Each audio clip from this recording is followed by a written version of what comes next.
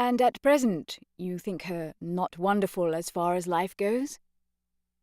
Well, I must say I've only seen her at Tunbridge Wells, where she was not wonderful, and at Florence.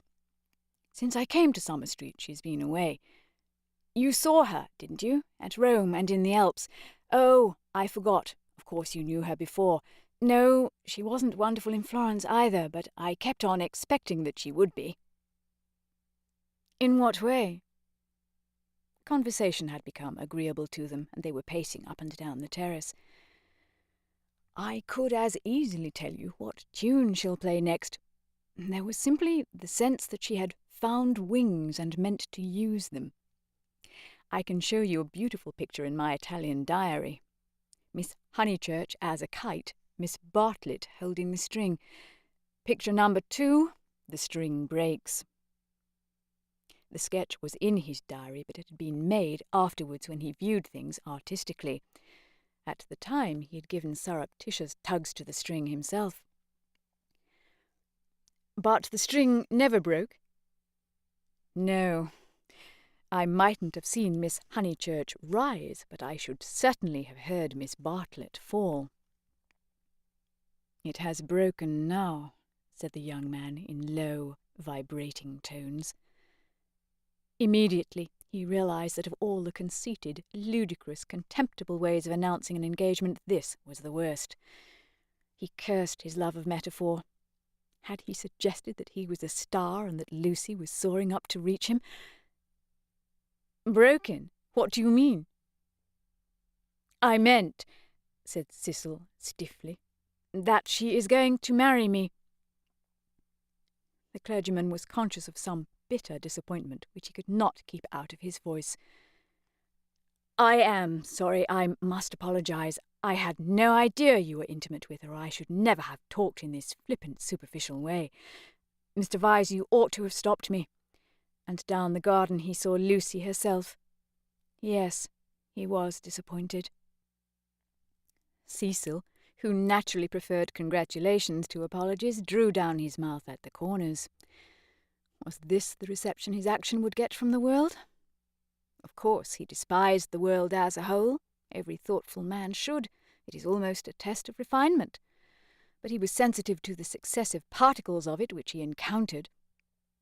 Occasionally he could be quite crude. I am sorry I have given you a shock, he said dryly. I fear that Lucy's choice does not meet with your approval. Not that. But you ought to have stopped me. I know Miss Honeychurch, only a little as time goes. Perhaps I oughtn't to have discussed her so freely with anyone, certainly not with you. You are conscious of having said something indiscreet? Mr. Beebe pulled himself together. Really, Mr. Vyse had the art of placing one in the most tiresome positions. He was driven to use the prerogatives of his profession. No, I have said nothing indiscreet. I foresaw at Florence that her quiet, uneventful childhood must end, and it has ended. I realized dimly enough that she might take some momentous step. She has taken it. She has learnt, you will let me talk freely as I have begun freely, she has learnt what it is to love, the greatest lesson, some people will tell you, that our earthly life provides. It was now time for him to wave his hat at the approaching trio. He did not omit to do so. She has learnt through you, and if his voice was still clerical, it was now also sincere, let it be your care that her knowledge is profitable to her. Grazie tante, said Cecil, who did not like parsons. Have you heard? Shouted Mrs. Honeychurch as she toiled up the sloping garden. Oh, Mr. Beebe, have you heard the news? Freddie, now full of geniality, whistled the wedding march. Youth seldom criticises the accomplished fact. Indeed I have, he cried. He looked at Lucy. In her presence he could not act the parson any longer, at all events not without apology. Mrs. Honeychurch, I'm going to do what I'm always supposed to do, but generally I'm too shy. I want to invoke every kind of blessing on them, grave and gay, great and small. I want them all their lives to be supremely good and supremely happy as husband and wife, as father and mother. And now I want my tea." "You only asked for it just in time," the lady retorted. "How dare you be serious at Windy Corner?"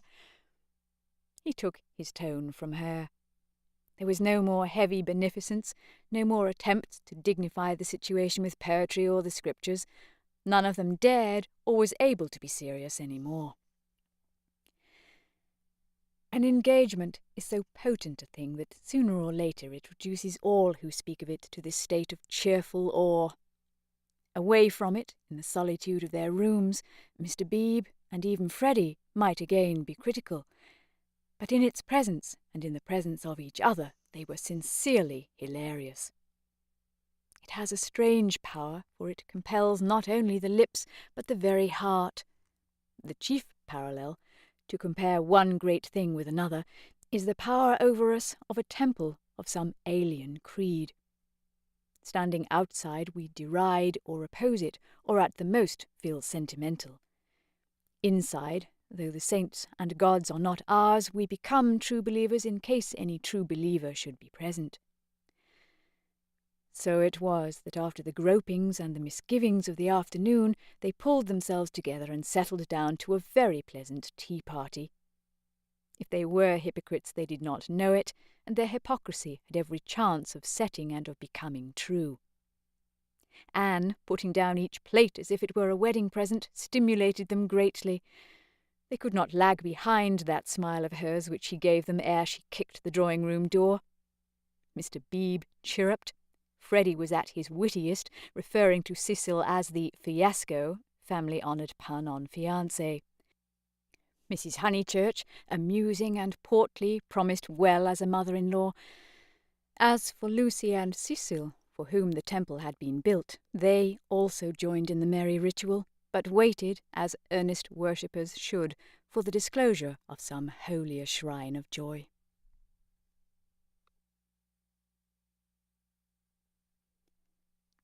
Chapter 9.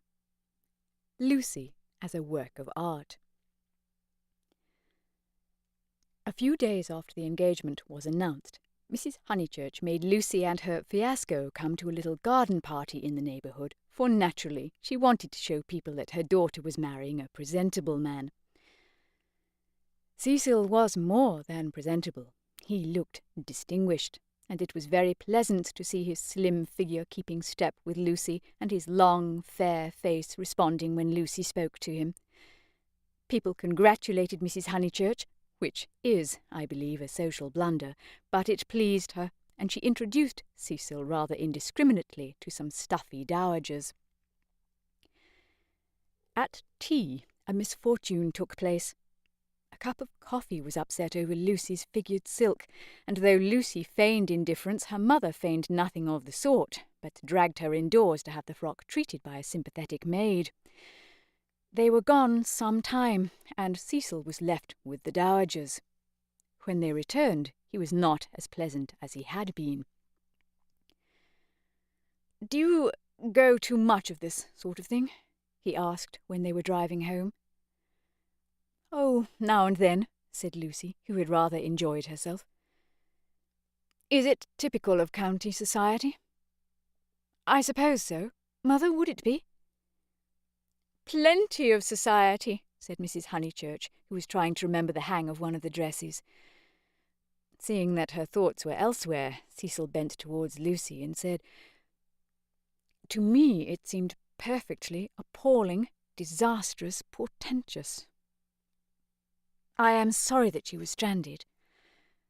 Not that, but the congratulations. It is so disgusting, the way an engagement is regarded as public property, a kind of waste place where every outsider may shoot his vulgar sentiment, all those old women smirking.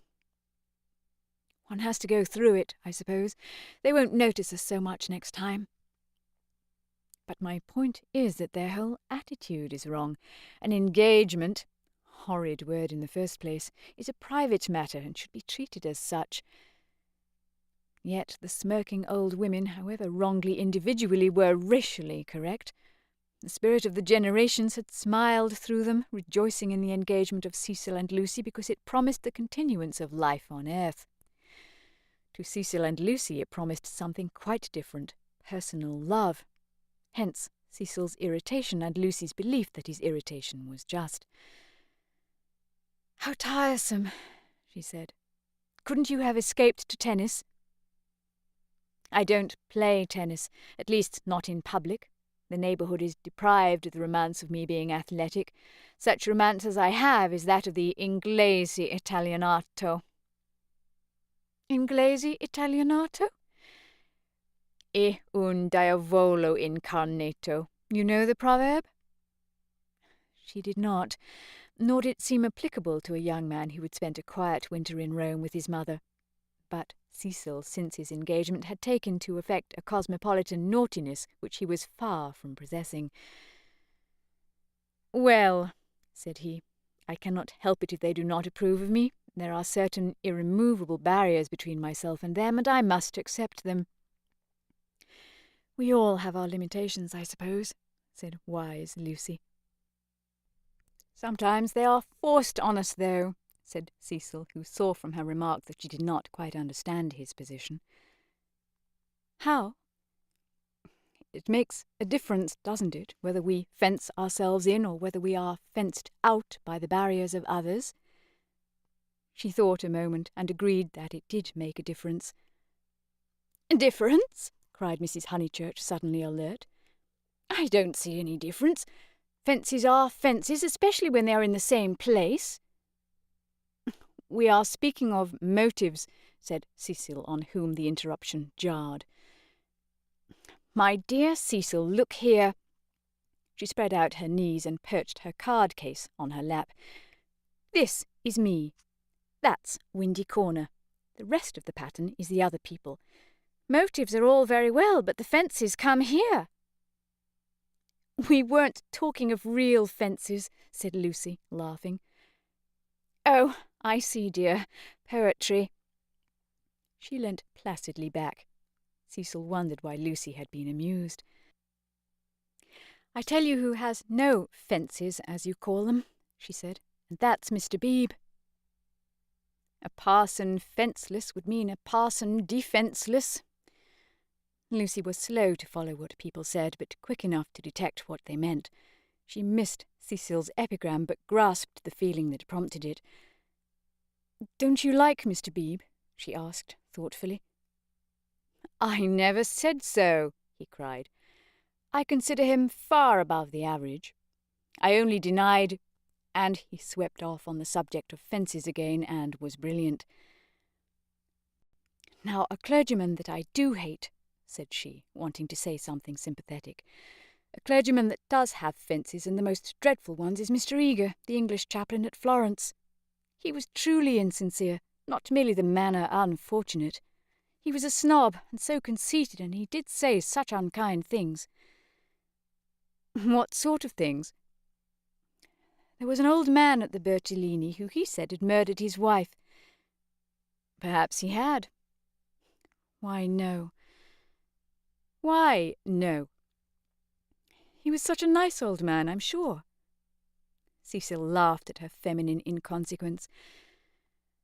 "Well, I did try to sift the thing. Mr. Eager would never come to the point. He prefers it vague, said the old man had practically murdered his wife, had murdered her in the sight of God." "Hush, dear," said Mrs. Honeychurch absently. "But isn't it intolerable that a person whom we're told to imitate should go round spreading slander? It was, I believe, chiefly owing to him that the old man was dropped. People pretended he was vulgar, but he certainly wasn't that."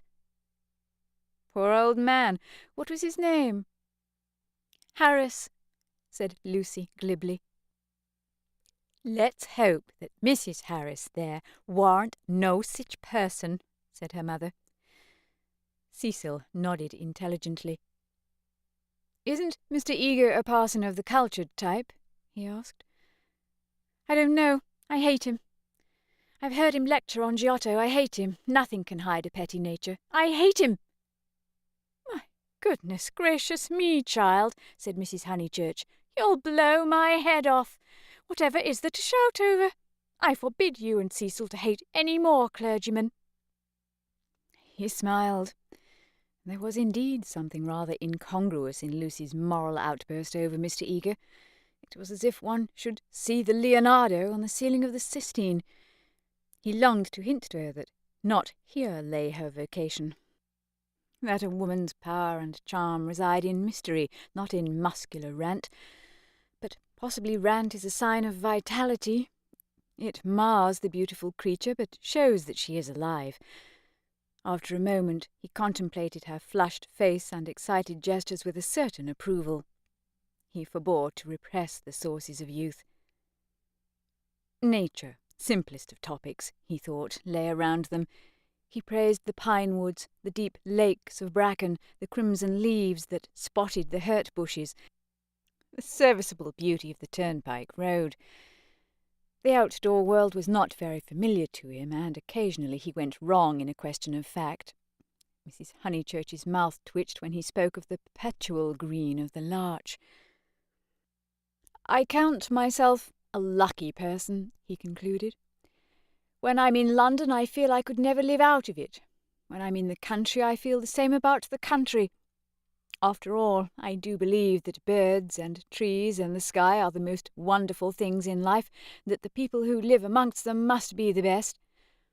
It's true that in 9 cases out of 10 they don't seem to notice anything. The country gentleman and the country labourer are each in their way the most depressing of companions.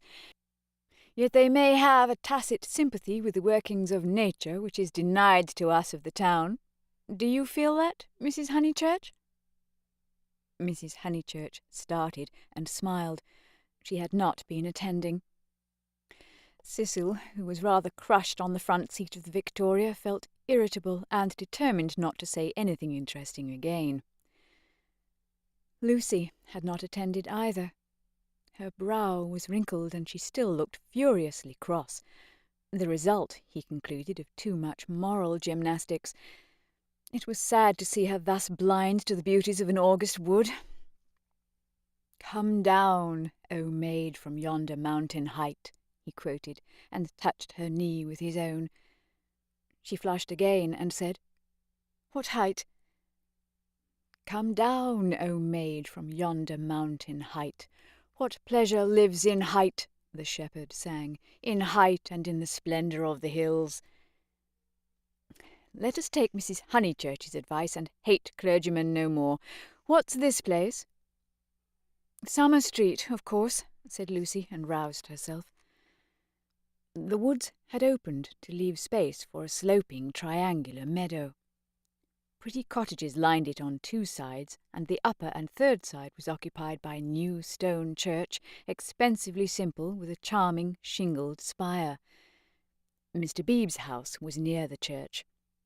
In height it scarcely exceeded the cottages. Some great mansions were at hand, but they were hidden in the trees. The scene suggested a Swiss Alp rather than the shrine and centre of a leisured world, and was only marred by 2 ugly little villas, the villas that had competed with Cecil's engagement having been acquired by Sir Harry Otway the very afternoon that Lucy had been acquired by him. Sissy was the name of one of these villas, Albert the other. These titles were not only picked out in shaded Gothic on the garden gates, but appeared a second time on the porches where they followed the semicircular curve of the entrance arch in block capitals. Albert was inhabited. His tortured garden was bright with geraniums and lobelias and polished shells. His little windows were chastely swathed in Nottingham lace. Sissy was to let. 3 notice boards belonging to Dorking agents lolled on her fence and announced the not surprising fact. Her paths were already weedy. Her pocket-handkerchief of a lawn was yellow with dandelions. "The place is ruined," said the ladies mechanically. "Summer Street will never be the same again." As the carriage passed, Sissy's door opened, and a gentleman came out of her. "Stop!" cried Mrs. Honeychurch, touching the coachman with her parasol. "Here's Sir Harry. Now we shall know. Sir Harry, pull those things down at once." Sir Harry Otway, who need not be described, came to the carriage and said, "Mrs. Honeychurch, I meant to. I really can't turn out Miss Flack." "Am I not always right? She ought to have gone before the contract was signed. Does she still live rent-free as she did in her nephew's time?" "But what can I do?" He lowered his voice. "An old lady, so very vulgar and almost bedridden." "Turn her out," said Cecil bravely. Sir Harry sighed and looked at the villas mournfully. He had had full warning of Mr. Flack's intentions and might have bought the plot before building commenced, but he was apathetic and dilatory. He had known Summer Street for so many years that he could not imagine it being spoilt. Not till Mrs. Flack had laid the foundation stone and the apparition of red and cream brick began to rise did he take alarm. He called on Mr. Flack, the local builder, a most reasonable and respectful man, who agreed that tiles would have made a more artistic roof, but pointed out that slates were cheaper. He ventured to differ, however, about the Corinthian columns which were to cling like leeches to the frames of the bow windows, saying that, for his part, he liked to relieve the facade by a bit of decoration. Sir Harry hinted that a column, if possible, should be structural as well as decorative. Mr. Flack replied that all the columns had been ordered, adding, "And all the capitals different, one with dragons in the foliage, another approaching to the Ionian style, another introducing Mrs. Flack's initials, every one different," for he had read his Ruskin. He built his villas according to his desire, and not till he had inserted an immovable aunt into one of them did Sir Harry buy. This futile and unprofitable transaction filled the knight with sadness as he leant on Mrs. Honeychurch's carriage. He had failed in his duties to the countryside, and the countryside was laughing at him as well. He had spent money, and yet Summer Street was spoilt as much as ever. All he could do now was to find a desirable tenant for Cissy, someone really desirable. "The rent is absurdly low," he told them, "and perhaps I am an easy landlord, but it's such an awkward size. It's too large for the peasant class and too small for anyone the least like ourselves." Cecil had been hesitating whether he should despise the villas or despise Sir Harry for despising them. The latter impulse seemed the more fruitful. "You ought to find a tenant at once," he said maliciously. "It would be a perfect paradise for a bank clerk." "Exactly," said Sir Harry excitedly. "That is exactly what I fear, Mr. Vyse. It will attract the wrong type of people. The train service has improved, a fatal improvement to my mind, and what are 5 miles from a station in these days of bicycles?" "Rather a strenuous clerk it would be," said Lucy. Cecil, who had his full share of medieval mischievousness, replied that the physique of the lower middle classes was improving at a most appalling rate. She saw that he was laughing at their harmless neighbour, and roused herself to stop him. "Sir Harry," she exclaimed, "I have an idea. How would you like spinsters?" "My dear Lucy, it would be splendid. Do you know any such?" "Yes, I met them abroad." "Gentlewomen?" he asked tentatively. "Yes, indeed, and at the present moment homeless. I heard from them last week. Miss Teresa and Miss Catherine Allen. I'm really not joking. They are quite the right people. Mr. Beebe knows them too. May I tell him to write to you?" "Indeed you may," he cried. "Here we are, with the difficulty solved already. How delightful it is! Extra facilities. Please tell them they shall have extra facilities, for I shall have no agents' fees. Oh, the agents! The appalling people they have sent me.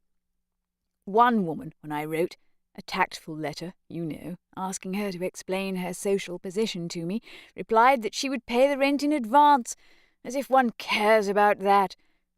And several references I took up were most unsatisfactory.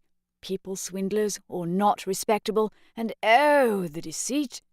I've seen a good deal of the seamy side this last week. The deceit of the most promising people, My dear Lucy, the deceit!" She nodded.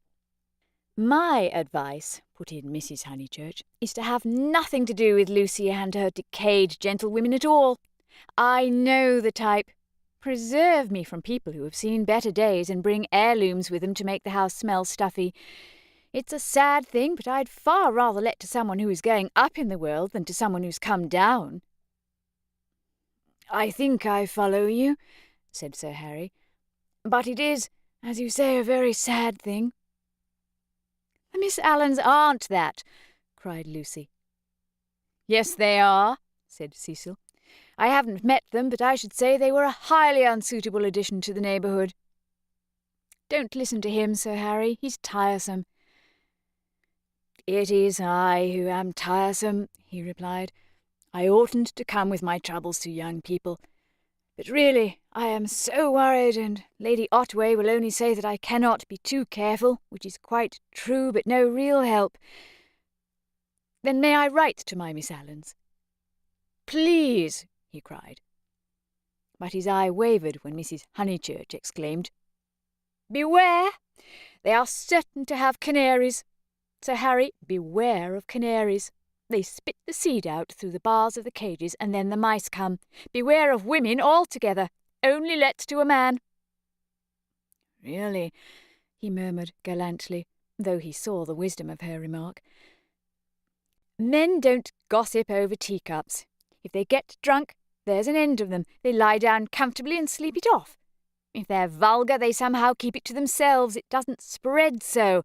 Give me a man, of course, provided he's clean." Sir Harry blushed. Neither he nor Cecil enjoyed these open compliments to their sex. Even the exclusion of the dirty did not leave them much distinction. He suggested that Mrs. Honeychurch, if she had time, should descend from the carriage and inspect Cissy for herself. She was delighted. Nature had intended her to be poor and to live in such a house. Domestic arrangements always attracted her, especially when they were on a small scale. Cecil pulled Lucy back as she followed her mother. "Mrs. Honeychurch," he said, "what if we two walk home and leave you?" "Certainly," was her cordial reply. Sir Harry likewise seemed almost too glad to get rid of them. He beamed at them knowingly, said, "Aha, young people, young people, young people," and then hastened to unlock the house. "Hopeless vulgarian!" exclaimed Cecil almost before they were out of earshot. "Oh, Cecil!" "I can't help it. It would be wrong not to loathe that man." "He isn't clever, but really he is nice." "No, Lucy. He stands for all that is bad in country life. In London he would keep his place. He would belong to a brainless club, and his wife would give brainless dinner parties. But down here he acts the little god with his gentility and his patronage and his sham aesthetics, and everyone, even your mother, is taken in." "All that you say is quite true," said Lucy, though she felt discouraged. "I wonder whether it matters so very much." "It matters supremely. Sir Harry is the essence of that garden party. Oh, goodness, how cross I feel. I do hope he'll get some vulgar tenant in that villa, some woman so really vulgar that he'll notice it. Gentlefolks, ugh, with his bald head and retreating chin. But let's forget him." This Lucy was glad enough to do. If Cecil disliked Sir Harry Otway and Mr. Beebe, what guarantee was there that the people who really mattered to her would escape? For instance, Freddie. Freddie was neither clever nor subtle nor beautiful, and what prevented Cecil from saying any minute it would be wrong not to loathe Freddie? And what would she reply? Further than Freddie she did not go, but he gave her anxiety enough. She could only assure herself that Cecil had known Freddie some time, and that they had always got on pleasantly, except, perhaps, during the last few days, which was an accident, perhaps. "Which way shall we go?" she asked him. Nature, simplest of topics, she thought, was around them. Summer Street lay deep in the woods, and she had stopped where a footpath diverged from the high road. "Are there two ways? Perhaps the road is more sensible as we're got up smart." "I'd rather go through the wood," said Cecil, with that subdued irritation which he had noticed in him all the afternoon. "Why is it, Lucy, that you always say the road? Do you know that you have never once been with me in the fields or the woods since we were engaged?" "Haven't I?" "The wood, then," said Lucy, startled at his queerness, but pretty sure that he would explain later. It was not his habit to leave her in doubt as to his meaning. She led the way into the whispering pines, and sure enough he did explain before they had gone a dozen yards.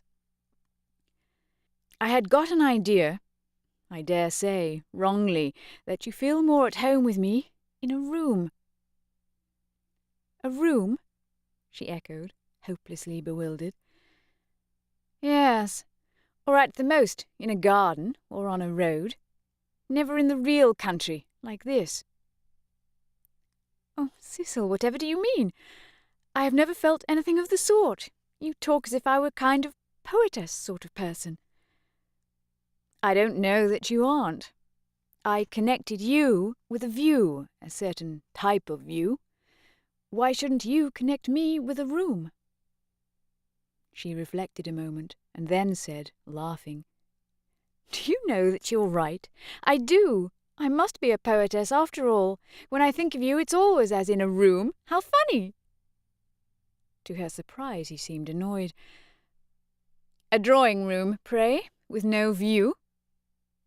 "Yes, with no view, I fancy. Why not?" "I'd rather," he said reproachfully, "that you connected me with the open air." She said again, "Oh, Cecil, whatever do you mean?" As no explanation was forthcoming, she shook off the subject as too difficult for a girl, and led him farther into the wood, pausing every now and then at some particularly beautiful or familiar combination of the trees. She had known the wood between Summer Street and Windy Corner ever since she could walk alone, and she had played at losing Freddie in it when Freddie was a purple-faced baby, and though she had now been to Italy, it had lost none of its charm. Presently they came to a little clearing among the pines, another tiny green alp, solitary this time, and holding in its bosom a shallow pool. She exclaimed, "The sacred lake!" "Why do you call it that?" "I can't remember why. I suppose it comes out of some book. It's only a puddle now, but you see that stream going through it? Well, a good deal of water comes down after heavy rains and can't get away at once, and the pool becomes quite large and beautiful. Then Freddie used to bathe there. He's very fond of it." "And you?" He meant, "Are you fond of it?" But she answered dreamily, "I bathed here too till I was found out. Then there was a row." At another time he might have been shocked, for he had depths of prudishness within him. But now, with his momentary cult of the fresh air, he was delighted at her admirable simplicity. He looked at her as she stood by the pool's edge. She was got up, smart, as she phrased it, and she reminded him of some brilliant flower that has no leaves of its own, but blooms abruptly out of a world of green. "Who found you out?" "Charlotte," she murmured. "She was stopping with us. Charlotte, Charlotte." "Poor girl." She smiled gravely. A certain scheme from which hitherto he had shrank now appeared practical. "Lucy." "Yes, I suppose we ought to be going," was her reply. "Lucy, I want to ask something of you that I have never asked before." At the serious note in his voice she stepped frankly and kindly towards him. "What, Cecil?" "Hitherto never, not even on that day on the lawn when you agreed to marry me." He became self-conscious and kept glancing round to see if they were observed. His courage had gone. "Yes?" "Up to now I have never kissed you." She was as scarlet as if he had put the thing most indelicately. "No, more you have," she stammered. "Then I ask you, may I now?" "Of course you may, Cecil. You might before. I can't run at you, you know." At that supreme moment he was conscious of nothing but absurdities. Her reply was inadequate. She gave such a businesslike lift to her veil. As he approached her, he found time to wish that he could recoil. As he touched her, his gold pince-nez became dislodged and was flattened between them. Such was the embrace. He considered, with truth, that it had been a failure. Passion should believe itself irresistible. It should forget civility and consideration and all the other curses of a refined nature. Above all, it should never ask for leave where there is a right of way. Why could he not do as any labourer or navvy, nay, as any young man behind the counter would have done? He recast the scene. Lucy was standing flower-like by the water. He rushed up and took her in his arms. She rebuked him, permitted him, and revered him ever after for his manliness, for he believed that women revere men for their manliness. They left the pool in silence after this one salutation. He waited for her to make some remark which should show him her inmost thoughts. At last she spoke, and with fitting gravity. "Emerson, the name was, not Harris." "What name?" "The old man's." "What old man?" "That old man I told you about, the one Mr. Eager was so unkind to." He could not know that this was the most intimate conversation they had ever had.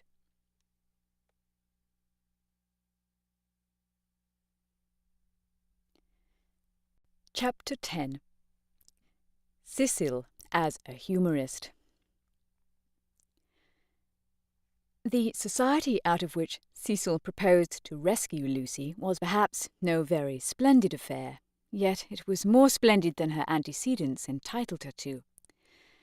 Her father, a prosperous local solicitor, had built Windy Corner as a speculation at the time the district was opening up, and, falling in love with his own creation, had ended by living there himself. Soon after his marriage, the social atmosphere began to alter. Other houses were built on the brow of that steep southern slope, and others again among the pine trees behind and northward on the chalk barrier of the downs.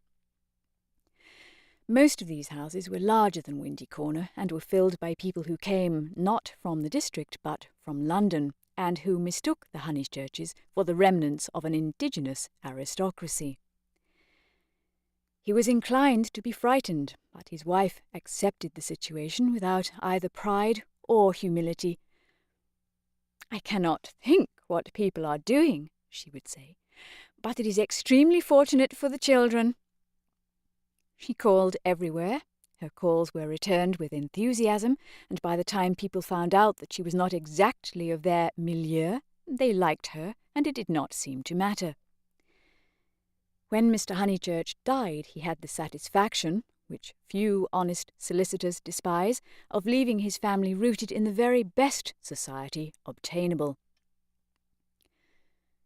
The best obtainable. Certainly many of the immigrants were rather dull, and Lucy realized this more vividly since her return from Italy.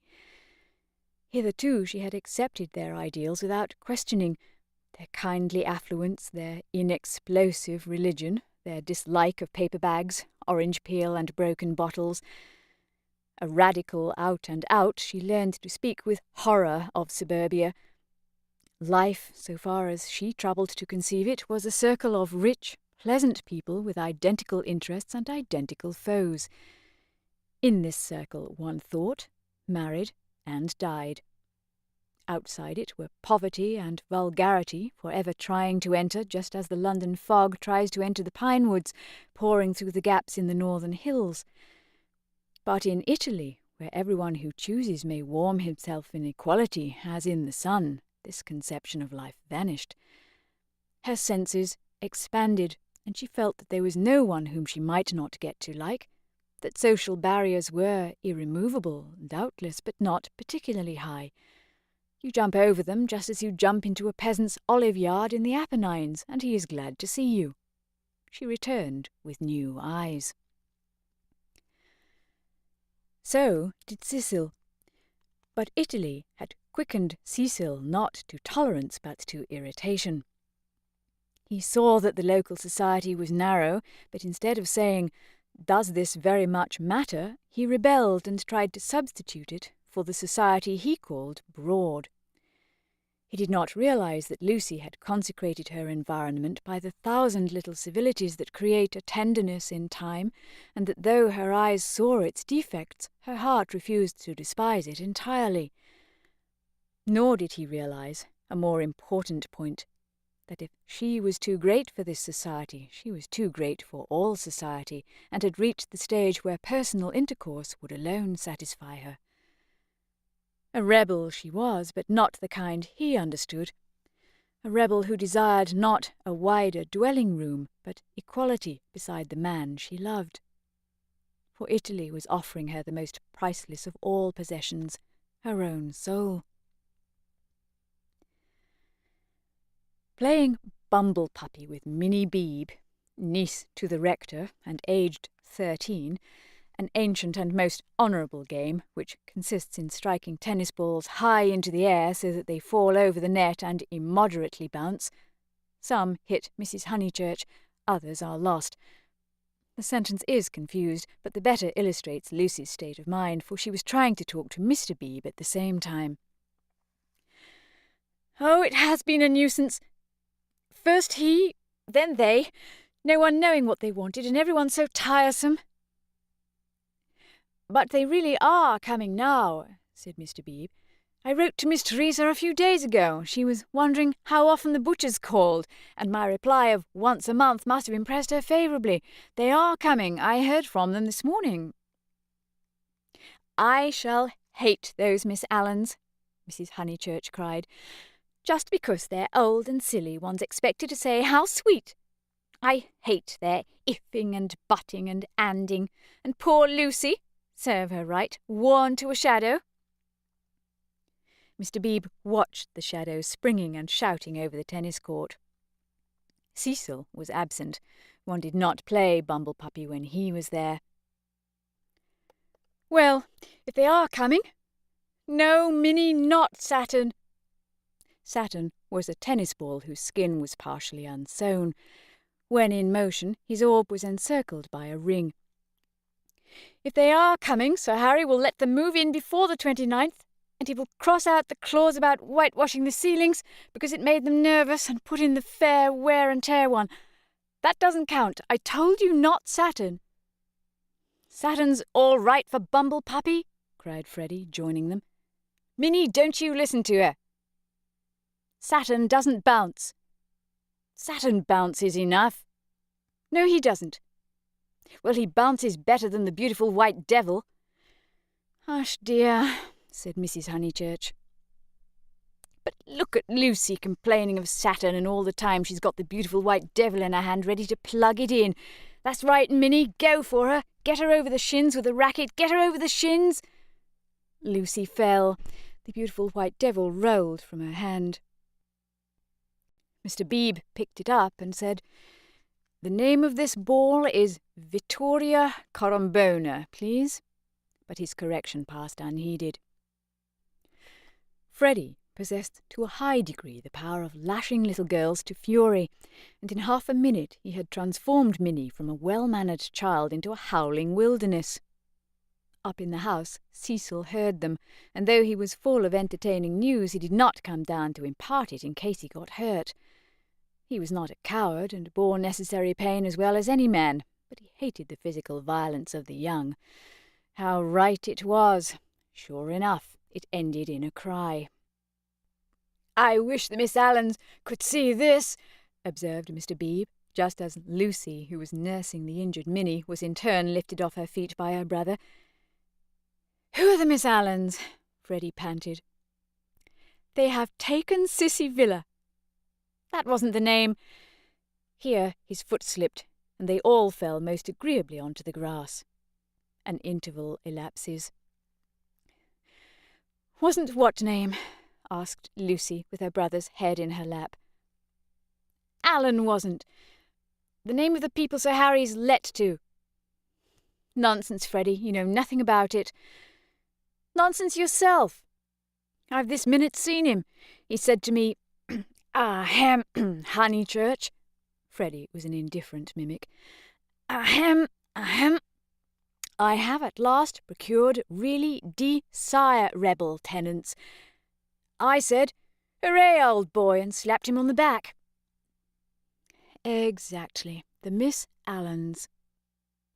"Rather not. More like Anderson." "Oh, good gracious, there isn't going to be another muddle," Mrs. Honeychurch exclaimed. "Do you notice, Lucy, I am always right? I said don't interfere with Sissy Villa. I am always right. I'm quite uneasy at being always right so often." "It's only another muddle of Freddie's.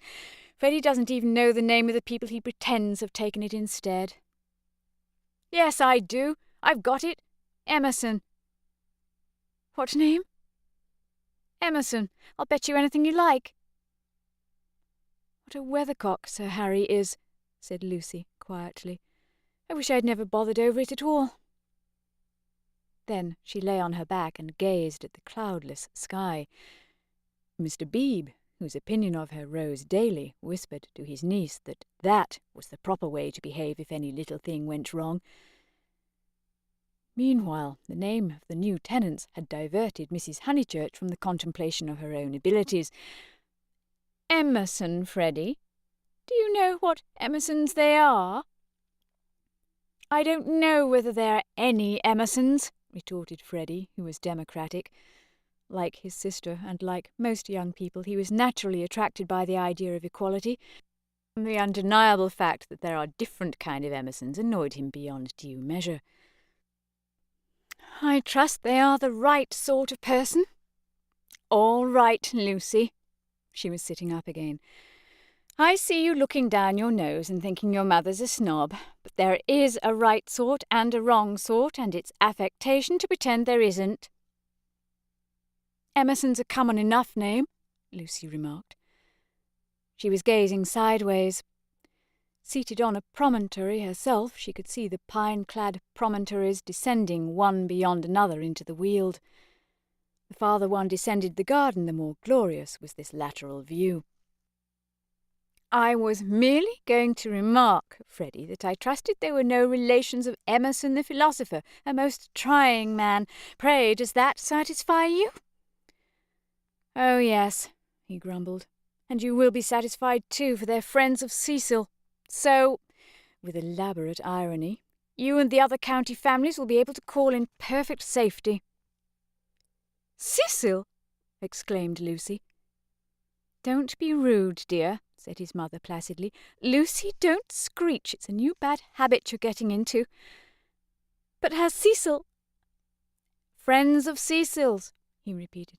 "And so really desirable. Honeychurch, I have just telegraphed to them." She got up from the grass. It was hard on Lucy. Mr. Beebe sympathised with her very much. While she believed that her snub about the Miss Allens came from Sir Harry Otway, she had borne it like a good girl. She might well screech when she heard that it came partly from her lover. Mr. Vyse was a tease, something worse than a tease. He took a malicious pleasure in thwarting people. The clergyman, knowing this, looked at Miss Honeychurch with more than his usual kindness. When she exclaimed, "But Cecil's Emersons, they can't possibly be the same ones. There is that—" He did not consider that the exclamation was strange, but saw in it an opportunity of diverting the conversation while she recovered her composure. He diverted it as follows. "The Emersons who were at Florence, do you mean? No, I don't suppose it will prove to be them. It is probably a long cry from them to the friends of Mr. Vyse's. Oh, Mrs. Honeychurch, the oddest people, the queerest people. For our part, we liked them, didn't we?" He appealed to Lucy. There was a great scene over some violets. They picked violets and filled all the vases in the room with these very Miss Allens who have failed to come to Sissy Villa. Poor little ladies! So shocked and so pleased. It used to be one of Miss Catherine's great stories. "My dear sister loves flowers," it began. They found the whole room a mass of blue, vases and jugs, and the story ends with, "So ungentlemanly and yet so beautiful. It is all very difficult. Yes, I always connect those Florentine Emersons with violets." "Fiasco's done you this time," remarked Freddie, not seeing that his sister's face was very red. She could not recover herself. Mr. Beebe saw it and continued to divert the conversation. "These particular Emersons consisted of a father and a son. The son a goodly, if not a good young man. Not a fool, I fancy, but very immature, pessimism, etc. Our special joy was the father. Such a sentimental darling, and people declared he had murdered his wife.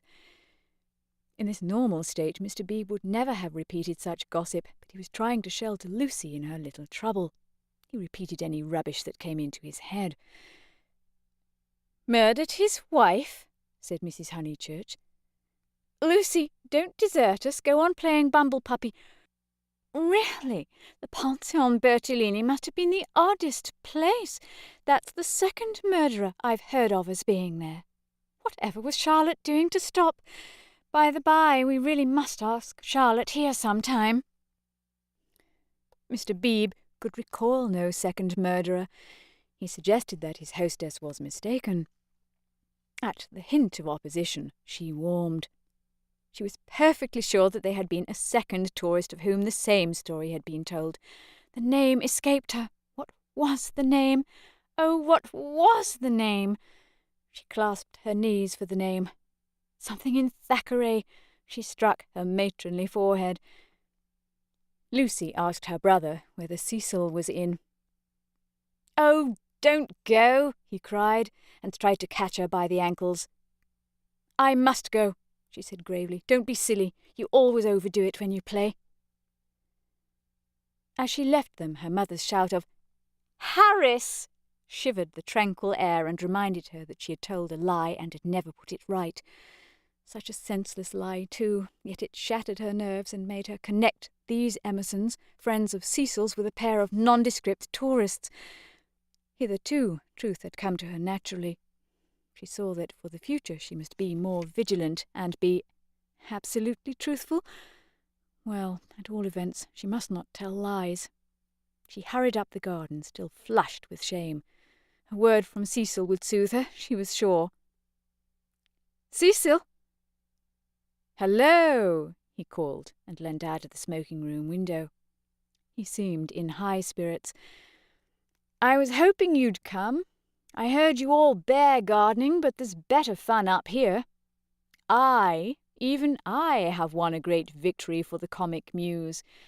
George Meredith's right. The cause of comedy and the cause of truth are really the same, and even I have found tenants for the distressful Sissy Villa. Don't be angry. Don't be angry. You'll forgive me when you hear it all."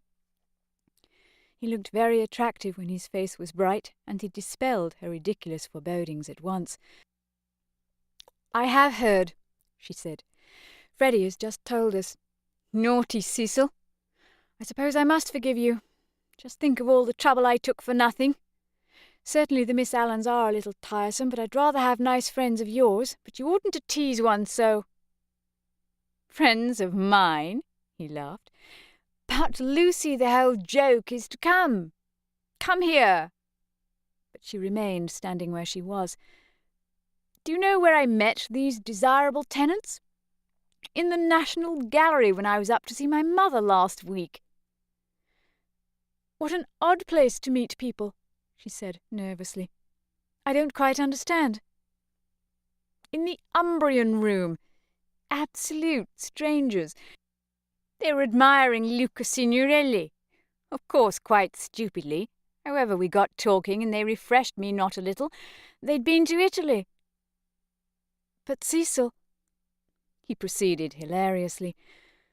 In the course of conversation they said that they wanted a country cottage, the father to live there, the son to run down for weekends. I thought, what a chance of scoring off Sir Harry, and I took their address and a London reference, found they weren't actual blackguards, it was great sport, and wrote to him making out, Cecil, no, it's not fair. I've probably met them before. He bore her down. Perfectly fair. Anything is fair that punishes a snob. The old man will do the neighbourhood a world of good. Sir Harry is too disgusting with his decayed gentlewomen. I meant to read him a lesson some time. No, Lucy, the classes ought to mix, and before long you'll agree with me. There ought to be intermarriage, all sorts of things. I believe in democracy. No, you don't, she snapped. You don't know what the word means. He stared at her and felt again that she had failed to be Leonardesque. No, you don't. Her face was inartistic, that of a peevish virago. It isn't fair, Cecil. I blame you. I blame you very much indeed. You had no business to undo my work about the Miss Allens, and make me look ridiculous. You call it scoring off Sir Harry, but do you realise that it's all at my expense? I consider it most disloyal of you. She left him. Temper, he thought, raising his eyebrows. No, it was worse than temper, snobbishness. As long as Lucy thought that his own smart friends were supplanting the Miss Allens, she had not minded. He perceived that these new tenants might be of value educationally. He would tolerate the father and draw out the son, who was silent. In the interests of the comic muse and of truth, he would bring them to Windy Corner.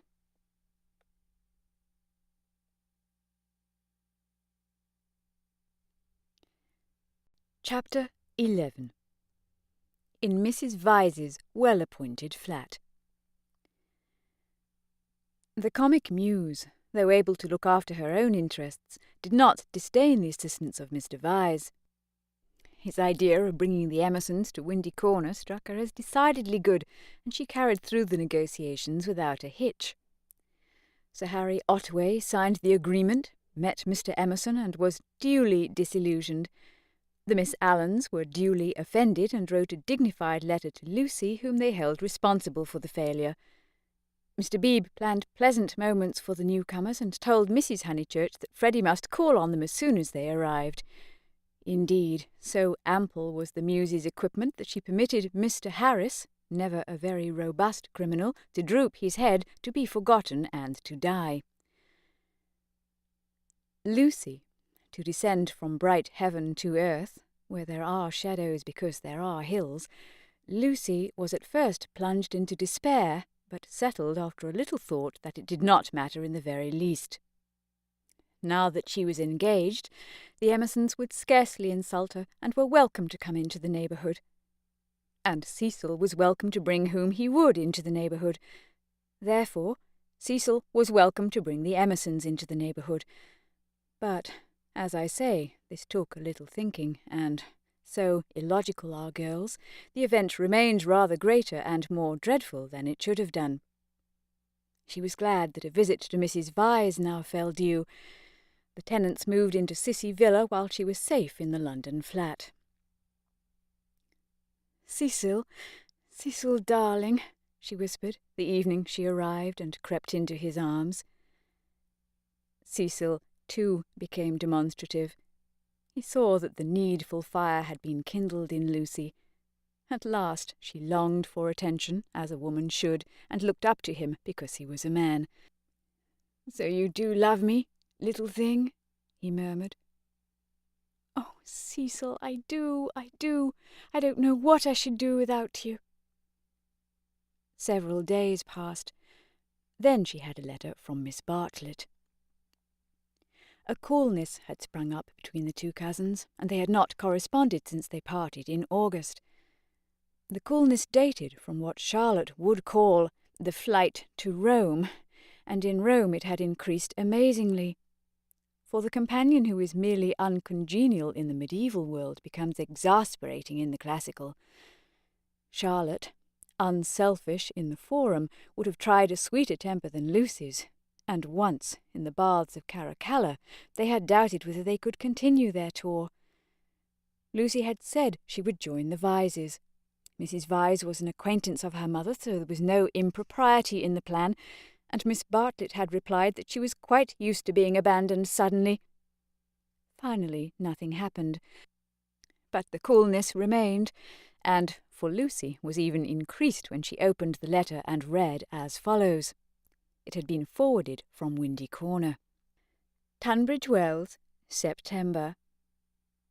Dearest Lucia, I have news of you at last.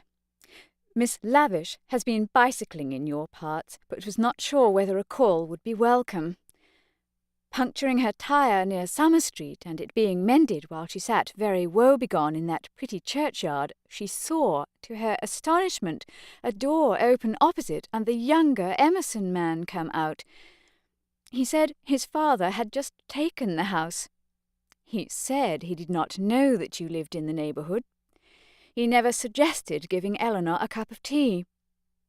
Dear Lucy, I am much worried, and I advise you to make a clean breast of his past behaviour to your mother, Freddie, and Mr. Vyse, who will forbid him to enter the house, etc.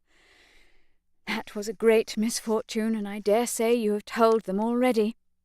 Mr. Vyse is so sensitive. I remember how I used to get on his nerves at Rome. I am very sorry about it all, and should not feel easy unless I warned you. Believe me, your anxious and loving cousin, Charlotte. Lucy was much annoyed, and replied as follows. Beauchamp Mansions, S.W. Dear Charlotte, many thanks for your warning. When Mr. Emerson forgot himself on the mountain, you made me promise not to tell Mother because you said she would blame you for not being always with me. I have kept that promise and cannot possibly tell her now. I have said, both to her and to Cecil, that I met the Emersons at Florence and that they are respectable people, which I do think, and the reason that he offered Miss Lavish no tea was probably that he had none himself. She should have tried at the rectory. I cannot begin making a fuss at this stage. You must see that it would be too absurd. If the Emersons heard I had complained of them, they would think themselves of importance, which is exactly what they are not. I like the old father, and look forward to seeing him again. As for the son, I am sorry for him when we meet rather than for myself. They are known to Cecil, who is very well, and spoke of you the other day. We expect to be married in January. Miss Lavish cannot have told you much about me, for I am not at Windy Corner at all, but here. Please do not put private outside your envelope again. No one opens my letters. Yours affectionately, L. M. Honeychurch. Secrecy has this disadvantage. We lose the sense of proportion. We cannot tell whether our secret is important or not. Were Lucy and her cousin closeted with a great thing which would destroy Cecil's life if he discovered it, or with a little thing which he would laugh at? Miss Bartlett suggested the former. Perhaps she was right. It had become a great thing now. Left to herself, Lucy would have told her mother and her lover ingenuously, and it would have remained a little thing. Emerson, not Harris. It was only that a few weeks ago.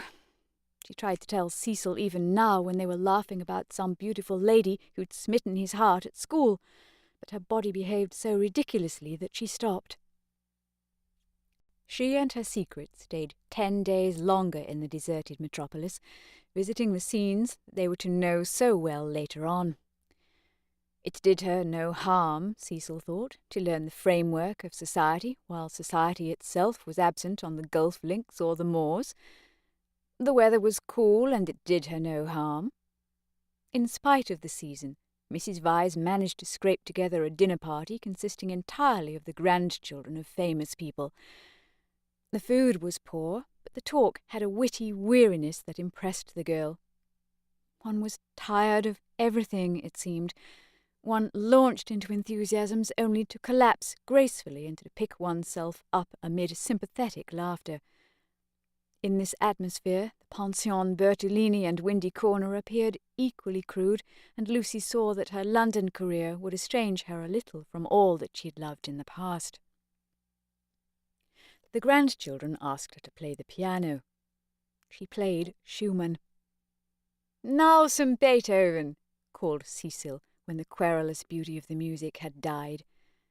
She shook her head and played Schumann again. The melody rose, unprofitably magical.